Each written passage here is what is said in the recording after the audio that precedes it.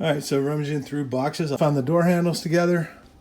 So these were the original locks taken off of the car, so I wanted to keep them together. They're all matching as far as the number on them, but it is not the same key as what's in the ignition. I think at some point that had been changed. It's close, but a little different number. So rather than have a separate key, what I'm going to probably do is make another key that fits the handles and then get those all in working order so I can archive those. And then I'll take the ignition cylinder apart one more time and play with the wafers so they'll all be on the same key. That's what a key guy does. So that's what I'm gonna do, and I'm gonna leave them. I mean, these aren't in the best of condition, but they aren't terrible either. I will have to get a stud and find a way to replace that on this one handle right here. And locksmiths swear by this right here. Not endorsed by them at all, but it's a lubricant. The silicone-based lubricant leaves a little bit of a coating once it dries. And many of the lock manufacturers recommend it to be utilized. This particular lubricant right here is really great, and the one I utilize for most everything I'm working on. So I'm still hunting for the rear shocks and putting stuff away. I thought I had redone my original center console dash gauges, but I just found squirreled away the whole old dash, which also has the correct switch that I need and the push button start. So I think I'll switch gears and work on this a bit. I've got a lot of extra gauges, so maybe see if I can hit the marketplace with some of those. So like I mentioned before, I've been working on the key portion of my locks and trying to get everything working properly. I found the original dash, which I said previously in the video, and found out the key number on the dash that I thought was my original center console was different, but matched the boot lock and the door locks. So when I tried the key in those, obviously they didn't work.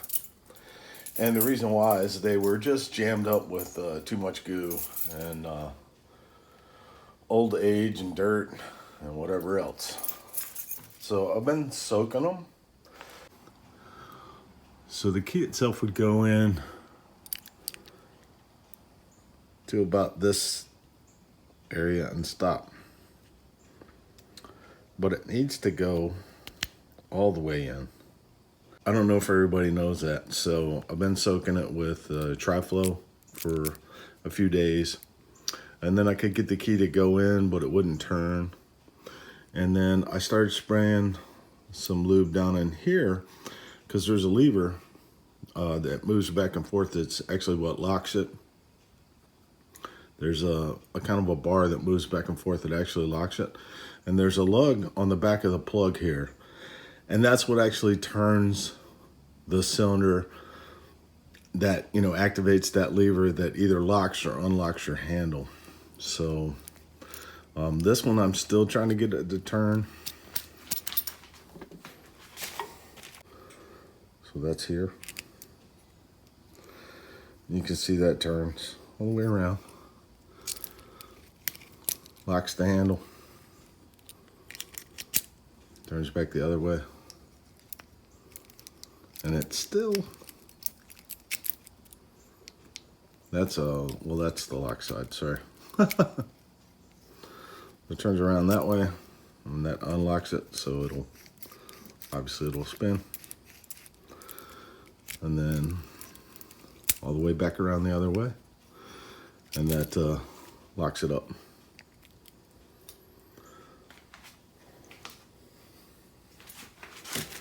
And I had one of the handles working, and I'm still working on the other one. So it's this one. You see it turn just a little bit.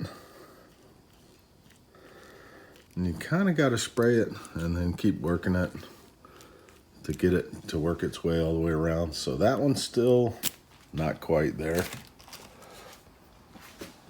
This one, on the other hand, I think was the one that I got.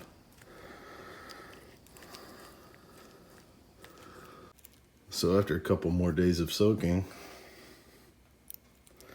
I'm at the point where it's turning.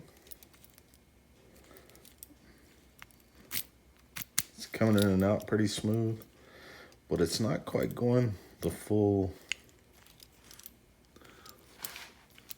rotation. But I know it's getting freed up.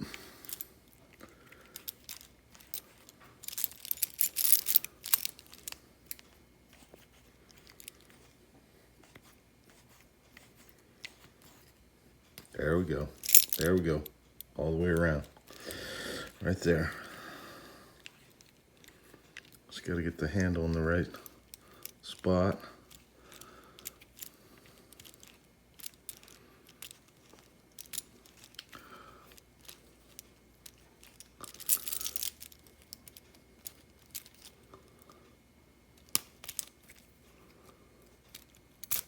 And out in the lock position.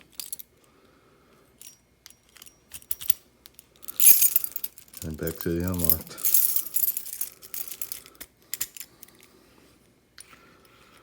There we go.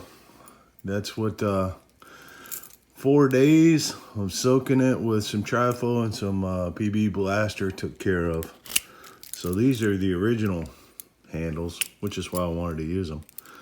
And it just took, you know, a little coaxing to get it to turn and make sure the key was all the way in. So you can see that key goes all the way in almost until the head of the key touches. And this is a copy of a key, one that I put together.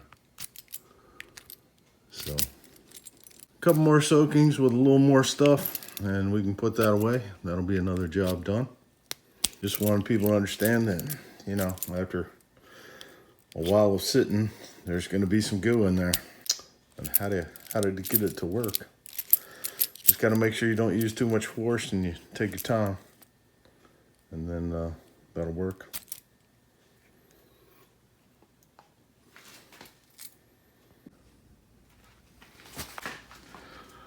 So this was the last one that I had that was being really, really tough. So here's one of my little tricks and tips that helps me out when I'm working on locks like these. The lock rotates 180 degrees from lock to unlock, and then the key pulls out. This one was really, really tough, and at 90 degrees, it was just hanging up. Well, that's because it's trying to push that little pin forward and lock on this hub right here. This piece right here to lock this into place, which holds a handle as well. But it was just so tight. I checked up a pair of vice grips just to give me a little extra leverage to kind of work it back and forth, because you're just taking slow increments, a little to the left, a little to the right, much like you would a very tough post or a screw or something, trying to get it out of like a frame. You don't want to just grab it and twist on it way too hard because it's going to snap off. So you try and ease it forward, backward to loosen up the rust or the goo or whatever's in there. And that's what I kept doing with this. I would get it to 90, go back, 90, go back, and then spray it some more until I eventually got it to work around where I could feel it's at about probably a 9 o'clock position where you start to feel it locking up the pin that actually holds everything into place. And then I would work it, and then it would loosen. I would work it and then it would loosen until I could get it crunched around to that position and then pull it out. But all the keys are in, all the keys are working. And these are the original locks on the car, which is why I wanted to use them. So, don't want to be those Triumph guys riding down the road where you see the handle pointing up to the sky or down toward the ground. So, if the handle locks, obviously That'll hold it in the right position as well. All right, hope you enjoyed my tips and tricks. Here we go, running through the sequence. There's lock number 1. Works. Lock number 2. Boot lock.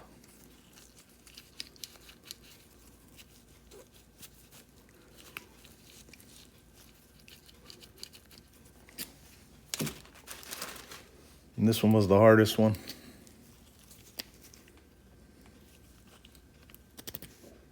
Had the most stuff in it. So that's all 3. And then that's the original switch that was with it.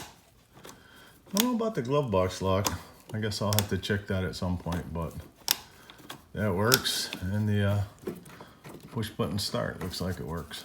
So that was the 2 last things that I like. Plus I didn't appreciate the squared off bezel on the other unit that I had already redone.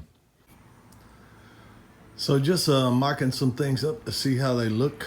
I am liking what I see so far. Still have not found the rear shocks. So yeah. I'm ordering some components that I need to help for the front end. For the springs and just a few other parts. I've also been trying to figure out how to get this little stud out. I didn't do any good. I actually snapped it off a little deeper in there.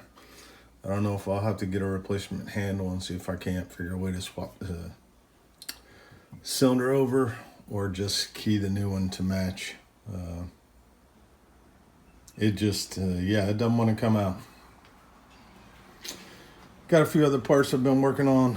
So I pulled out the original dash cylinder from the old dash that I showed earlier, and then the push button switch.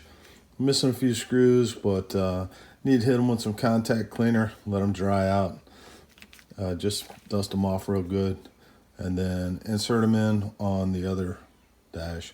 I'm also missing 2 of the wing nuts that help get those in. I think they're fine thread, but the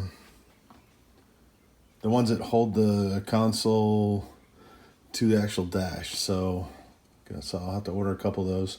So here's a quick question too, is where do you guys go to get fasteners? I mean, I know you can get them from the big 3, but if you want to get them, like I wanted to get some 3/8 by 24-inch fine nylock.